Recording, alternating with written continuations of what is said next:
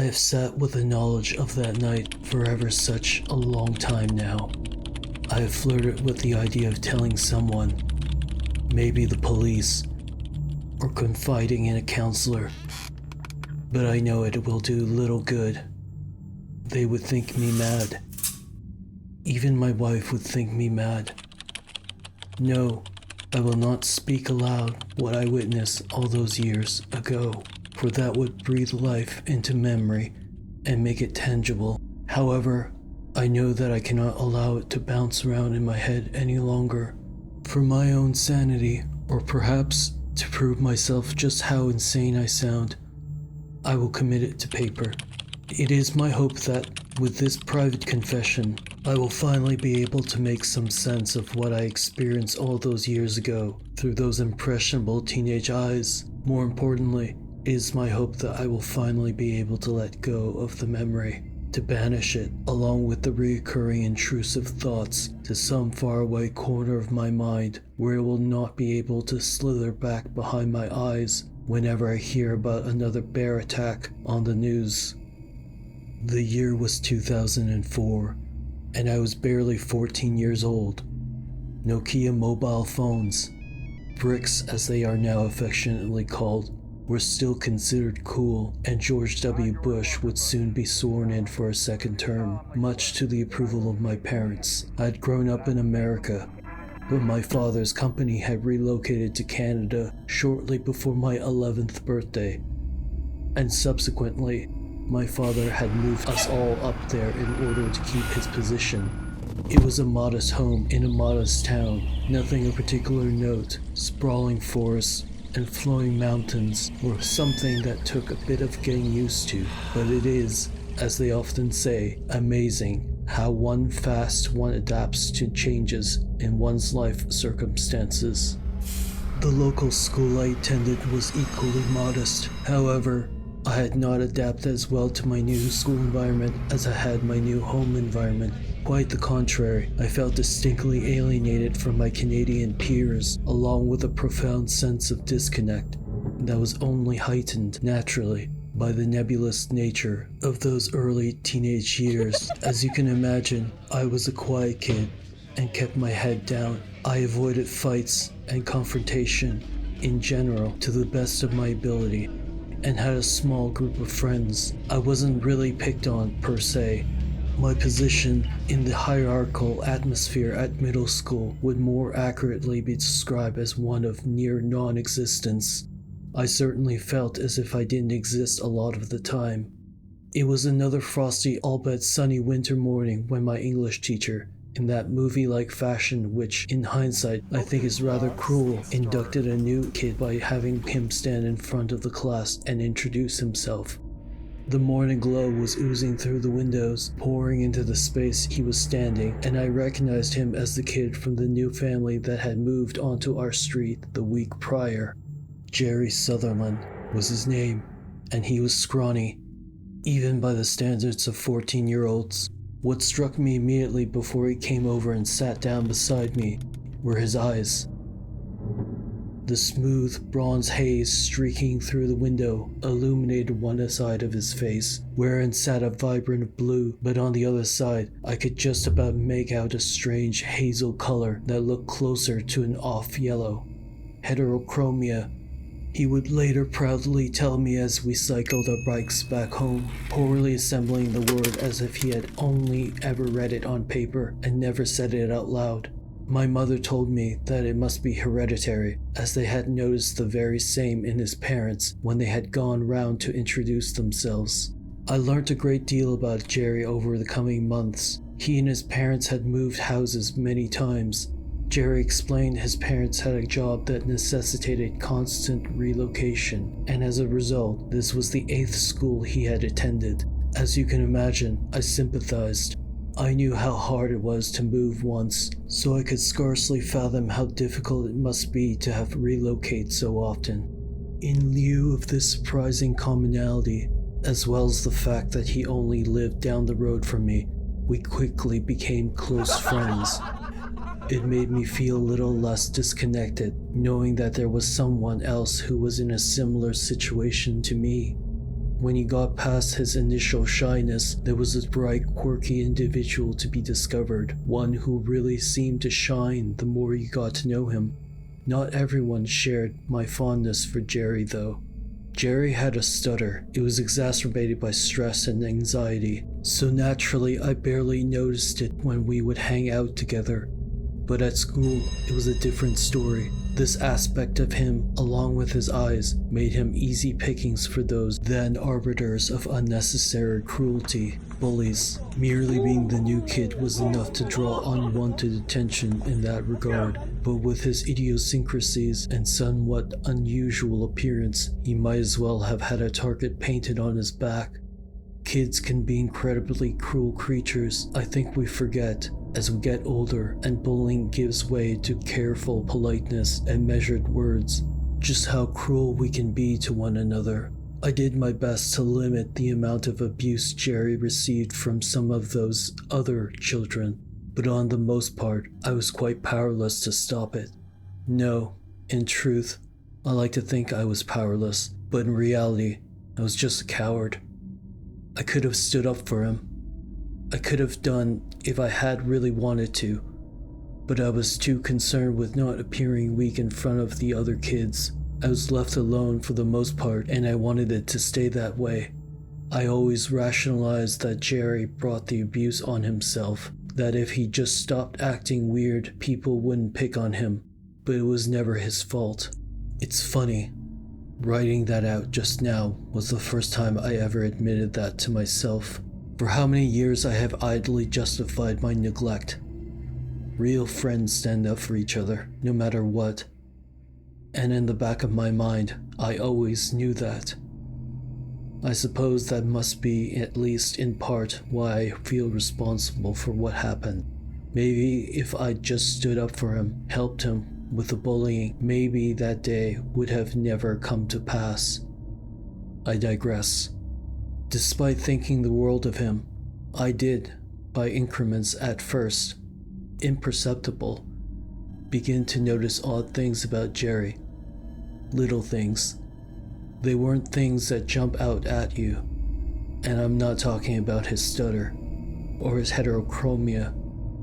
They were the sort of things you'd only begin to notice by spending a lot of time with someone. It was normal, I suppose, for a scrawny kid like him to have a small appetite. He never did any sports after all. But after a while, it began to occur to me that I would never see him eat at all. He'd drink water and juice and fizzy drinks just like all the other kids, but I had never actually seen him eat anything. I thought it was funny at first, until I started watching him in the lunchroom as he sat across from me and complained about homework. He would push his food around his plate, take a drink, push his food around his plate some more. And then, when everyone else was done, he'd go and dump his tray into the bin. I asked him about it, of course, but he just said he was never hungry, or that he hated the school meals, or that he had a big breakfast, or any other perfectly reasonable excuse. I didn't push him about it. He already had enough on his mind with the bullying to worry about his only friends scrutinizing his eating habits. Still, it niggled at the back of my mind, and I could not unsee it once I started to notice it. On one occasion, I think it was on a bank holiday weekend, my mother had cooked up a batch of delicious homemade brownies, and she had insisted that Jerry have one. I watched with sudden fascination as Jerry, clearly embarrassed about turning down the offer, laboriously ate one. He made a big show of liking it too, and I felt quite stupid for overthinking his refusal to eat school lunches. That was, however, until I passed by the bathroom later that day and heard him throwing up. When I asked him about it, he said he had suddenly come down with something and had to go home. He was off sick for a whole week after that, I think. It's harder to remember some parts. It was so long ago. He always had a fascination with astronomy. I do remember that much. In almost all of our classes together, he would be off somewhere else and had a particular penchant for staring out the window, a habit that the teachers quickly caught on to with some irritation. I once asked him what he was looking at, what exactly was so interesting about the fields and the woods that we saw every day. I was fast becoming sick of them, so I couldn't fathom what it was about them that had him so enraptured. He shook his head at me and smiled. He said he wasn't looking at the fields or the woods. He was looking at the sky, at the clouds, and the stars. True to his word, his attention would be drawn to the window, even as the sunny autumn evenings turned to dark winter nights. A daydreamer, the teachers would say. Off with the fairies. Despite his apparent lack of interest, however, he always somehow managed to outscore most of the class, something which didn't do him any favors when it came to his popularity. I suppose there's nothing weird about that, really. When he wasn't staring out the window, he was doodling. I would catch him doing it out of the corner of my eye. It was actually very distracting, but I never had a go at him for it, since he seemed to get so much enjoyment out of it. Often, it would be a collection of bizarre-looking creatures and symbols. The symbols were kind of like hieroglyphics, and his notebooks would be filled with them. They had an odd sort of structure to them, and he would always write them from left to right, rather than right to left. I jokingly mentioned it to his parents when they were around during the Christmas break, that he seemed to have his own little language, and they had looked quite concerned.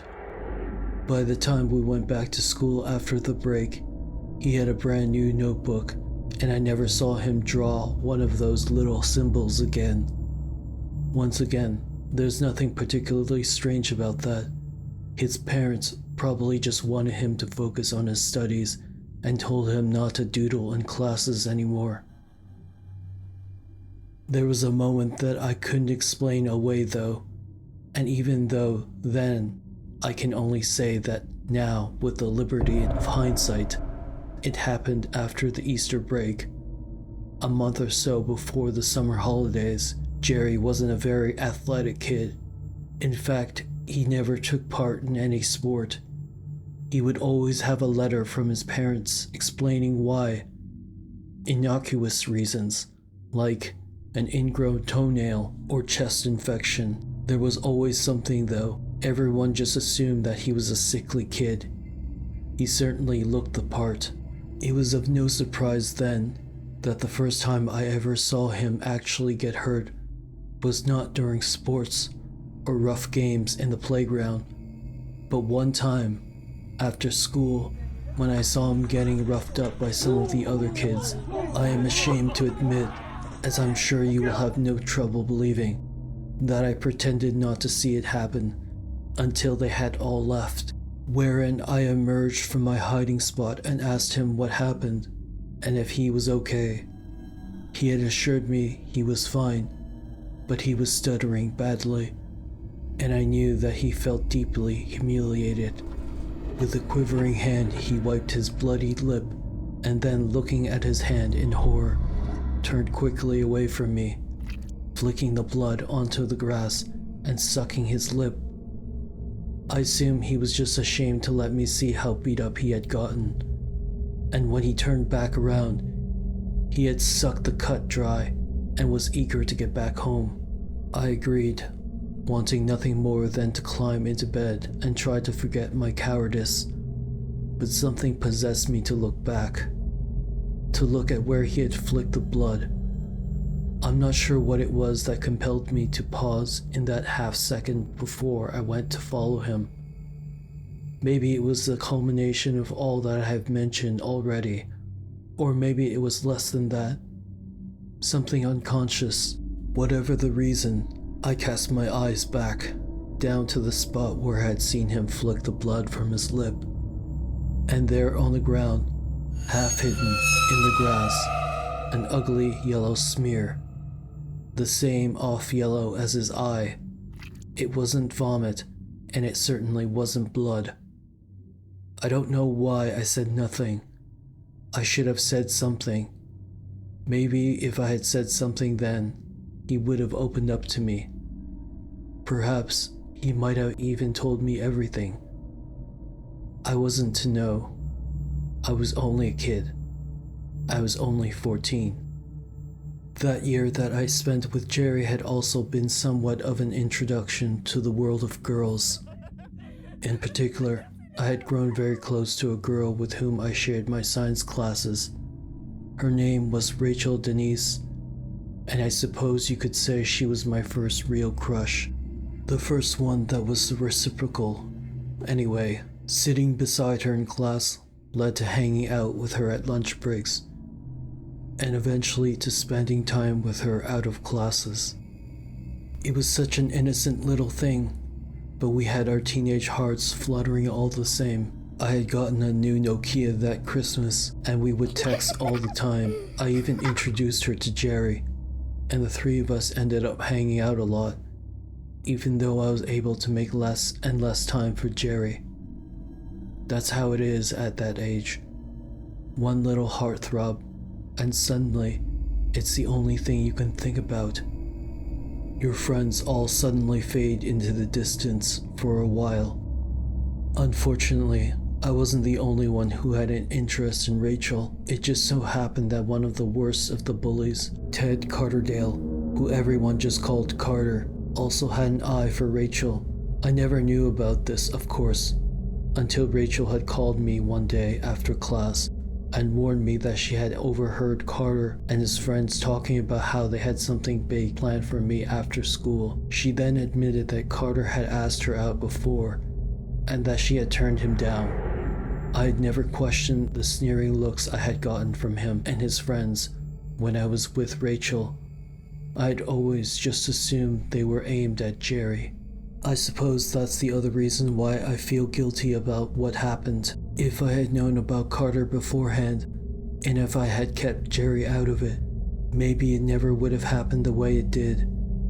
But I was a coward, and knowing full well that Carter and his buddies had something planned for me, I convinced Jerry to come back with me that night instead of staying for his extra study classes that his parents were making him attend. That was the night that it happened. Perhaps I'm simply tiptoeing around it now. I've done it enough already with all these needless details, but I might as well describe how unsettling that journey back was, if only to put off some revisiting that horrifying memory a little longer. Everything about that evening, from the heavy mist that had rolled in from the valley, to the unusually dark overcast sky, to the oddly deserted bike trail journeying back, which usually had at least a few other cyclists besides us, was wrong. It was as if some unseen hand was smothering the whole countryside, warping it into preternatural oblivion, abeyance, twilight. I suppose it's all well and good to make those observations in hindsight, especially considering I was on the edge from the call I had gotten from Rachel. But I cannot stress enough how alien everything seemed that evening, almost as strongly as the memory itself. The setting of the memory is burned into my mind. I have goosebumps from those mere recollections. The emotions I felt then are all coming back to me so vividly now. I probably shouldn't have written this. I don't see what good it'll do. I just took a moment where I deliberated stopping, but I have work tomorrow, and I quickly realized that I will never sleep if I don't finish this, now that all the memories are fast returning. That's reason enough. That has to be reason enough. I'll write it down only once, and then I'll delete this and never think of it again. It happened on the bridge. There was this old stone bridge that connected the denser population center of town with the more residential countryside streets. A small, gently winding river severed the two and acted as a sort of threshold between my school and home environment. It was as much in my mind anyway, so when I found this threshold suddenly blocked by the one person I didn't want to see, you can imagine how far my heart sank. There they were, Carter and two of his buddies, three unlawful gatekeepers. I remember him telling us to relax and that he just wanted to tell me that I should stay away from Rachel. And then he stepped aside to let us through. I believed him, half because I was naive and half because I was afraid. And so we cycled onto the bridge. And then, naturally, 2 more of his buddies appeared from some hiding spot behind us, and we were trapped. I thought I recognized them as the same ones who had been beating up on Jerry after school, but it wasn't quite easy to tell. When I saw them taking out baseball bats from behind some of the rocks, I desperately yelled for help, even though I knew immediately that it would be fruitless. We were at the furthest point from both the town center and the residential housing. I shakily told them they'd get expelled, but Carter just laughed and said he didn't care. After all, there were only a couple of weeks left out of the school year, and then we'd all be moving to high school. Besides, he said, you were robbed. We had nothing to do with it. I wish Jerry hadn't stood up for me. After all, they only seemed to be interested in me, and I knew I didn't deserve it, but I was grateful all the same when he did. He was stuttering horribly, but still managed to wrestle out a warning for them to stay back. They all laughed at him, of course, doing even more exaggerated impressions of his stutter that they had done in school. I barely made any effort to defend myself. I simply accepted the beating and tried to not anger them any further. The pain was intense, far greater than I had ever imagined from seeing people getting hit in movies and shrugging it off. When you're hit with a solid object in real life, the pain takes your breath away. Still, the adrenaline took some of the edge off, and after one of the blows connected with my head, I couldn't feel a great deal more of anything. Jerry, on the other hand, fought valiantly. I think he may have even knocked one of the other boys to the ground. I had never seen him stick up for himself before, but that night, he swallowed his fear and did for me what he could never do for himself. I already know what you're thinking. You needn't bother. I know I was a coward. I know I could have done something, anything, to draw their attention to me, but I didn't. I simply laid there, bleeding in quiet relief as they returned their attention to Jerry. Carter and his buddies in particular seemed to be in some sort of frenzy, beating Jerry over and over with those baseball bats. Even after he was convulsing on the ground, the other 2 boys, the ones who had beaten up Jerry before they ran away after seeing how far Carter and his buddies were going. I heard Jerry's bones snapping. I tried to shout at them to stop, but I was too injured or too scared. All I could do was watch in horror as they slowly killed him, one blow at a time. Strangely, in that moment, I thought not of Jerry, but of his parents. These boys were killing their son, and I was just watching.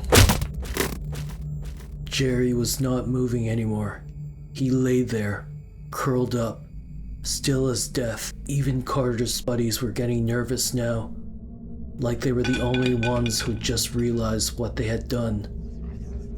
Carter, though, he told them to help him throw us over the bridge to make it look like an accident. As they made their way towards me, I remember thinking, for perhaps the first time in my life, that I didn't care what happened to me. They had killed Jerry, and it was all my fault. That's all I could think in that moment, while my mind was still swimming from the head injury.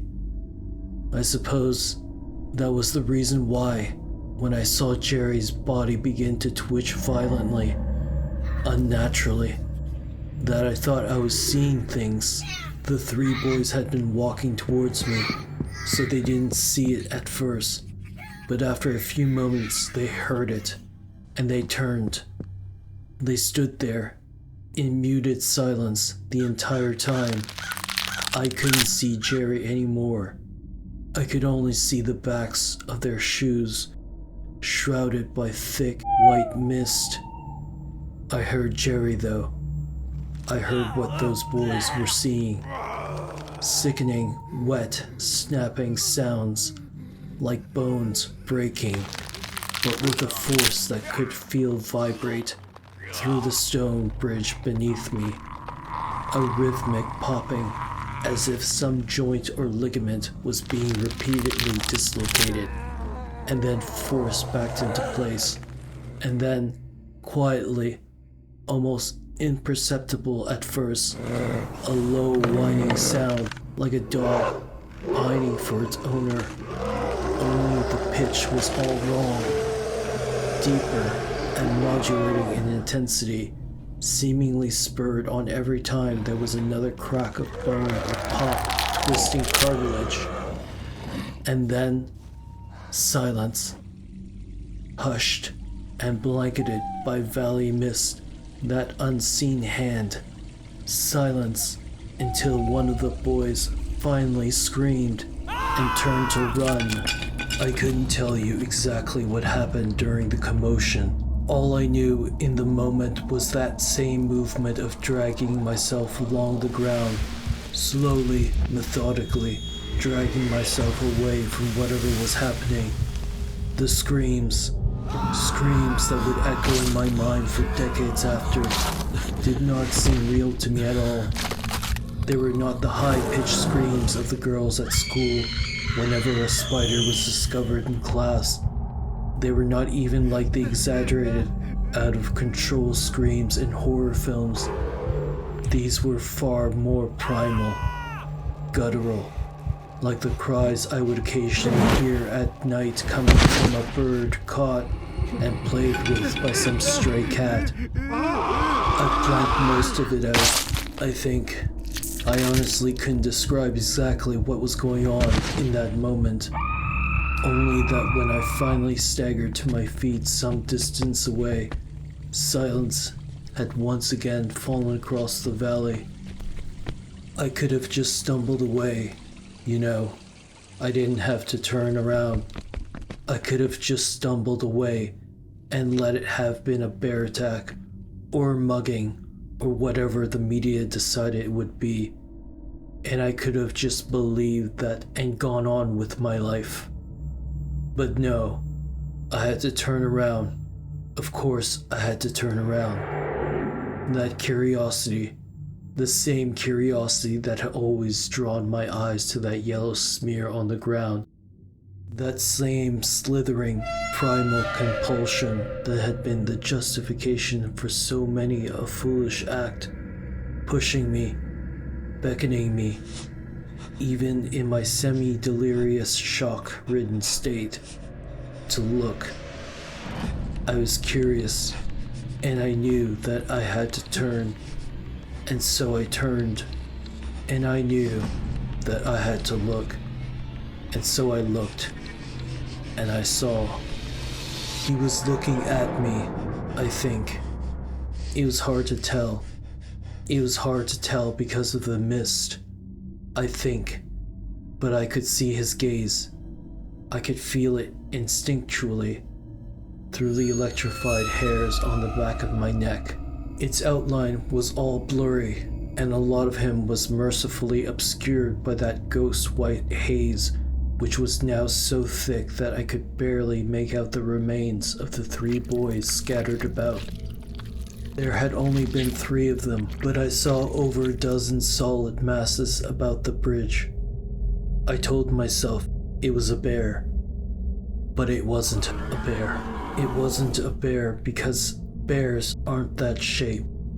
The legs were all wrong. They seemed to divide where the knee should be. Arched. The whole shape of him was arched in a way that defied reason or logic.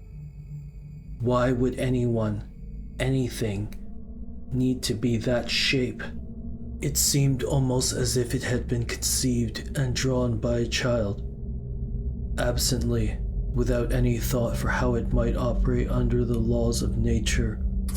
A doodle, something that should never leave the confines of the notebooks of bored middle school students. He was looking at me and not moving, so still. It had been so still, like a picture. Even the stoic stone bridge seemed to shimmer against the mist. That thing was looking at me, gazing at me, and that thing was not moving, not breathing, not anything. In the moment, I don't think I registered consciously that I was looking at Jerry. In that split second that could have been a moment or an eternity, my mind simply did not allow me to accept what I was seeing. It had been Carter carrying one of his friends, or a wild animal, or some delirious hallucination brought on by head trauma. What else could explain that impossible outline, that impossible shape? I had to get away. I had to get help for Jerry. It was this thought that allowed me to finally tear my eyes away, and I turned and staggered up the path as fast as I could, the adrenaline pumping through me so viciously that I didn't even realize my arm was broken or my head was bleeding until I reached my doorstep and my mother yelped in panic at my bloody visage. I must have seemed like some sort of specter. She would later tell me that I had been in shock, and that's why I had been so calm. As you can imagine, a lot happened in the immediate weeks afterwards. A police investigation was carried out, and I was asked lots of questions. First by softly spoken police officers from local department, then by harsher spoken officers from the city.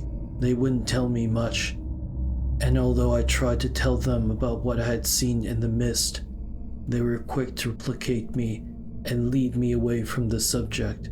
Apparently, it was natural to imagine certain things in order to deal with trauma. A therapist diagnosed me with PTSD, and I was put on medication. It had been all over the news, up and down the country. A terrible tragedy. 3 boys savaged by a bear on their way back from school. Unfortunately, not at all unheard of in Canada. I had been examined after the incident, so the police knew that my injuries were a result of blunt trauma and not a bear attack. But this was never mentioned in the news coverage. It had never been public knowledge, and I suppose my parents had decided to keep it that way so that I wouldn't be badgered by the press too much. My face was nevertheless still plastered across the news stations as a heroic survivor who had managed to run away and get help. Again, not strictly speaking wrong, but I had gone to get help for Jerry, not for Carter and his 2 friends. They had not found Jerry or any evidence of Jerry where the other boys had been found, and by the time I convinced the police to go around to Jerry's house, it was too late. The house was abandoned. Jerry Sutherland, along with his parents, had vanished. The police assured me they would look into it, but as the weeks slipped by into months and the months slipped by into years, the police eventually told me that they were closing their investigations. Many families had moved because of increasing concerns around child safety, they said. Although the timing was unusual, the Sutherlands were known to move around a lot, and they had been well within their right to do so, they said. I don't know if they were lying, or hiding something, or simply thought me insane. I suppose there's no use in trying to figure out now. For a long time, I let myself believe that story on the news. It was easier than you might think. The boys had been killed by a bear, and what I saw in the mist was simply a hallucination, brought about by physical and psychological trauma.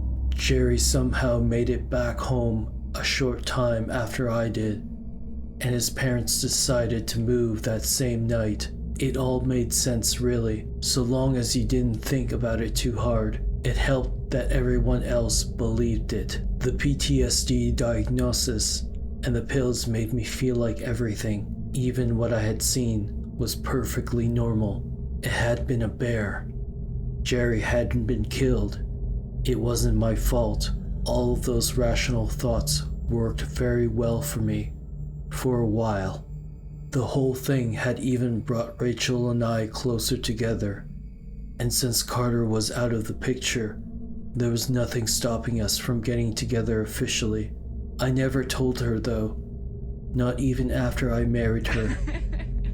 It was only a couple of months ago, after I saw another bear attack on the news, another group of middle school boys savaged, that I started to really think about what happened back in 2005 for the first time with a fresh mind. I kept pushing it away, but those long buried memories, once they began to resurface, came like a torrent, intruding in my every quiet moment, flitting behind my eyes, and as I lay awake beside my wife each night.